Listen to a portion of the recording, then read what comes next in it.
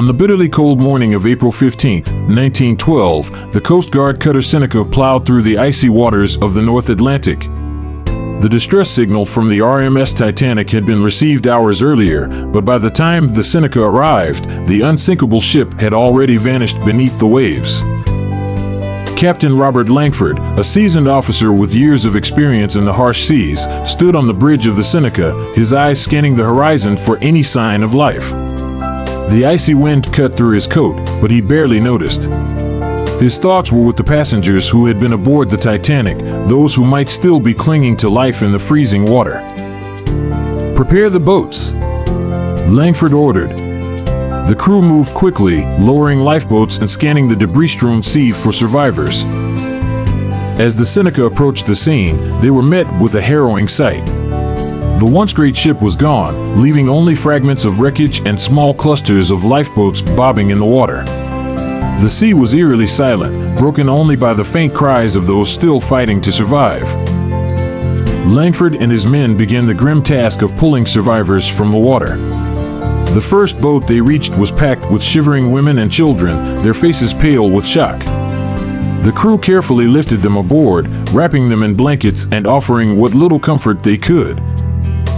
"Thank God you're here," one woman whispered, her eyes filled with tears as she clutched her child to her chest. Langford nodded, his heart heavy. He knew that for every life they saved, countless others had been lost. As they moved from lifeboat to lifeboat, the crew encountered a mix of hope and despair. Some of the lifeboats were nearly empty, with only a few survivors huddled together, while others were overloaded, their occupants drenched and trembling from the cold.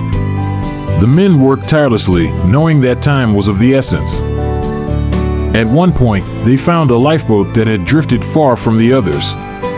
Inside, an older man lay motionless, his hand still gripping a photograph. Beside him, a young boy clung to his leg, too cold and scared to cry. Langford lifted the boy into his arms, his heart aching for the lives that had been shattered. As the hours passed, the Seneca continued its rescue operation, gathering the living and the lost. The crew worked in somber silence, their movements mechanical as they hauled in one lifeboat after another. The sea around them was littered with debris, a stark reminder of the tragedy that had unfolded. Finally, as the last of the survivors were brought aboard, Langford allowed himself a moment of reflection. The Titanic was gone, but these men and women were alive, saved from the jaws of death by the sheer will to survive and the determination of those who came to their aid.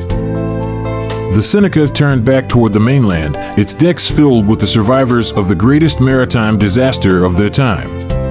As the cutter plowed through the icy waters, Captain Langford stood at the bow, his thoughts on the lives saved and those lost, and the frigid darkness of the North Atlantic.